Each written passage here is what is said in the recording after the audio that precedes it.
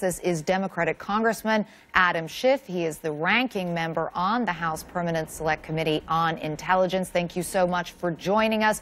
Let's start out with this news that President Trump and President Putin, it looks like, will meet on the sidelines of the G20.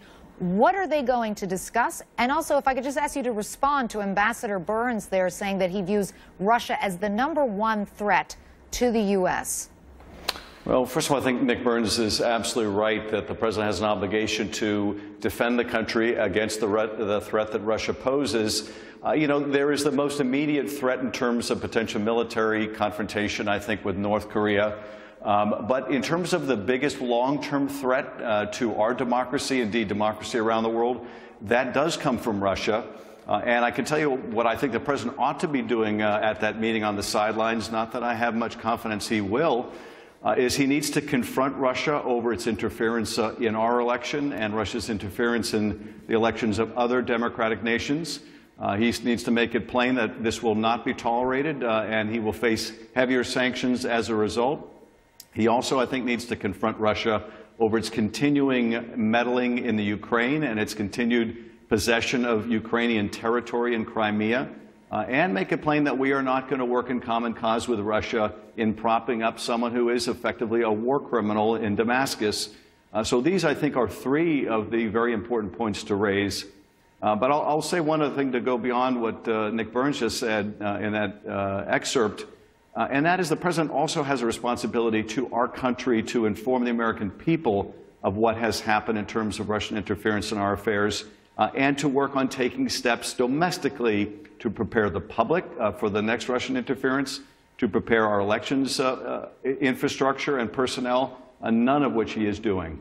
So let's talk about why. Congressman, it's Chris Cuomo here, joining Clarissa. And it seems pretty clear from everything that the president puts out that he doesn't take it seriously because he believes that you have turned it into a front, that all you're using it for is a kind of goose chase of trying to find things on him and his people, and you've found nothing, and it's time to end that part of the probe, and then maybe he would focus on what is real about the Russian interference. What do you make of that notion? Well, of course, anything that the president finds detracts from him or is critical of him or is a negative news story about him is all fake. It's all a witch hunt. Everybody's out to get him. I'm continually astounded by the degree to which the President of the United States paints himself as a victim of everything, and indeed paints the United States of America as a victim of the rest of the world rather than the strongest power in the world. Obviously, there are very good reasons to investigate what Russia did and to determine whether U.S. persons were involved. But you're absolutely right. I think the president can't come to grips with the Russian intervention in our affairs because he views it as a threat to his legitimacy. But he has a job to do as President of the United States, and that requires him to rise above his own naked self-interest and think about the country, something he has demonstrated little capacity to do. Our country is depending on our commander-in-chief to push back hard against Russian adventurism, Russian intervention, Russian efforts to diminish democracy and human rights, and he is not living up to that responsibility, and we need him to. Congressman, another topic that I know is close to your heart is Syria, which obviously is a deeply complex conflict. The Obama administration was attacked for not having a coherent policy on it. The Trump administration is now being attacked for not having a coherent policy on it. What would you like to see happen with regards to President Bashar al-Assad and his regime, primarily, and subsequently, does that require a kind of revamping of military authorization? Does Congress need to have a role in this? Absolutely. And of course, as you may know, for years I've worked on a new authorization use force and introduced a number of different iterations to make that happen. There is nothing in the existing authorizations that would give the president the power to go against the regime. The regime is not ISIS, it's not al-Qaeda, it's not anyone responsible for 9/11, it's not Saddam Hussein. Those were the basis of or at least al-Qaeda and those responsible for 9/11 are the basis of that original authorization. So he can't rely on that. And I think particularly here where he effectively has advance notice that the Syrians may use chemical weapons again, the case to act on his own without congressional approval is even weaker than it was the first time, and it was weak then. But nonetheless, Congress is complicit in this, and nothing is preventing us from taking up this debate, from having a vote on a new authorization, and we ought to do that without any delay.